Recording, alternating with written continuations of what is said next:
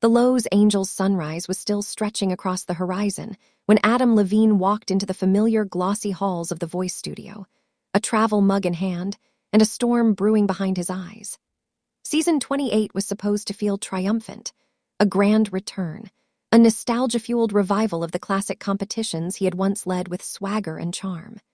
Instead, it felt like walking back into a home that had rearranged itself while he was gone. The moment he pushed open the stage door, he saw it, towering LED screens announcing the new era of The Voice, sleek graphics, rotating camera arms, drones buzzing overhead like mechanical hornets. The production had tripled in size. The noise, the pressure, the intensity, it all hit him at once. "Welcome back, legend." Blake Shelton's booming voice called out before Adam even spotted him. Blake waddled over, coffee in one hand, a mischievous grin glued to his face. Adam rolled his eyes, suppressing a smirk. "I told them you'd freak out," Blake teased, poking Adam's chest. "You're too old for all this new tech." "I'm not old," Adam snapped. "I just like my shows without attack drones." The banter should have relaxed him. Normally, it would have. But something in Adam felt off, like he'd stepped back into a world that no longer felt like his own. The first blind audition didn't help. A 16-year-old belted out a shockingly powerful rendition of a classic rock anthem, and Adam felt that old spark, until the chairs whipped around faster than he remembered, lights exploding in spirals, the audience screaming like it was a rock concert, and suddenly Adam's head spun. Everything was louder, brighter, faster, more. "Adam, you gonna say something?" Gwen Stefani nudged him gently, smiling with that familiar warmth.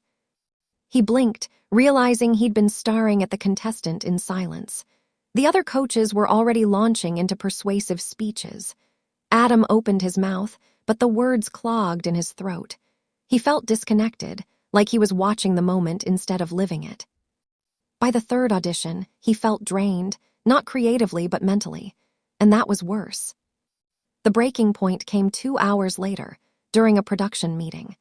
Executive producers crowded around a glossy white table as they pitched new season gimmicks.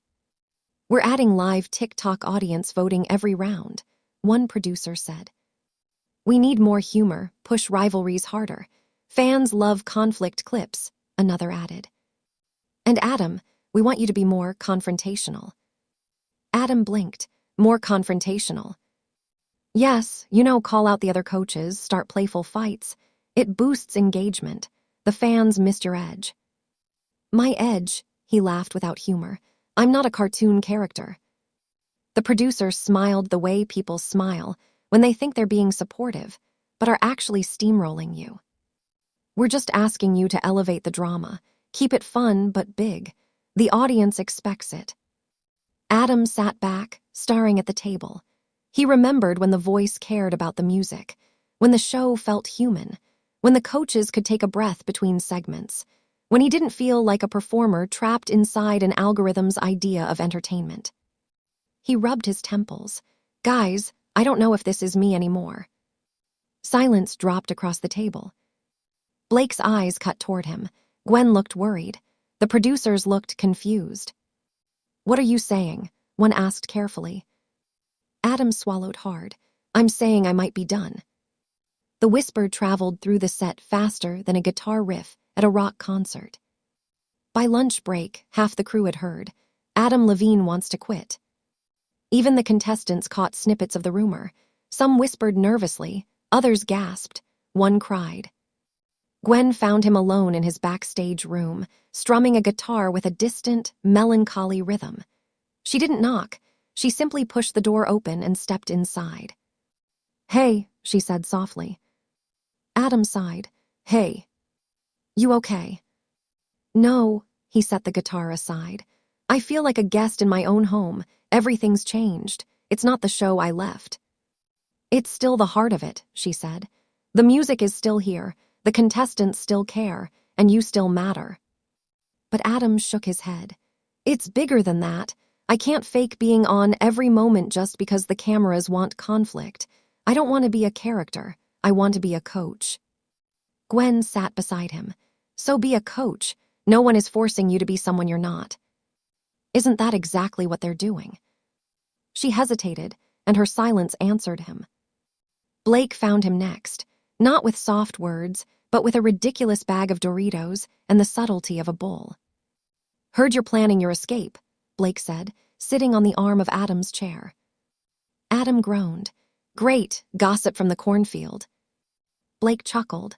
"Look, city boy, this show changed. Everything changes, but it still needs people who care about the music. You leaving, that's music losing." Adam exhaled, leaning back. "I don't know if I belong here anymore." Blake clapped him on the shoulder. "Maybe you don't, maybe you do.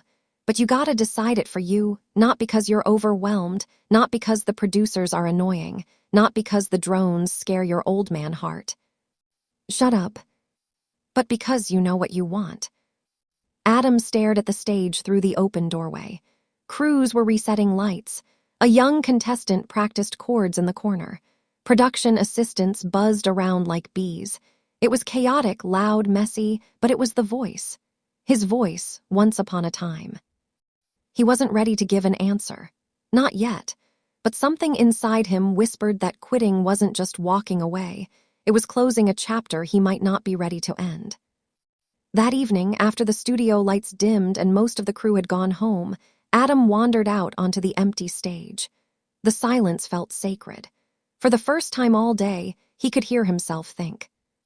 He walked to the center, where the contestants stood when their lives changed forever. He imagined the energy, the dreams, the raw hope. That was why he'd come back. Not for fame, not for nostalgia for them. He picked up a guitar left on a stand and strummed a slow, gentle melody. It echoed beautifully through the empty room. Footsteps approached. Blake again, of course. "Couldn't sleep either?" Blake asked. "No." "You quitting?" Adam didn't answer right away. He kept strumming, letting the moment breathe. Finally, he looked up. "I might be ready to quit the noise, the pressure, the overproduction." "And the voice?" Blake asked. Adam smiled faintly. "Not yet." Blake grinned. "Good, would have been boring without you." Adam snorted. "Don't get emotional, cowboy." As they walked off the stage together, Adam felt something settle inside him. Not certainty, but clarity. He wasn't ready to quit. Not yet. There was still music left to make.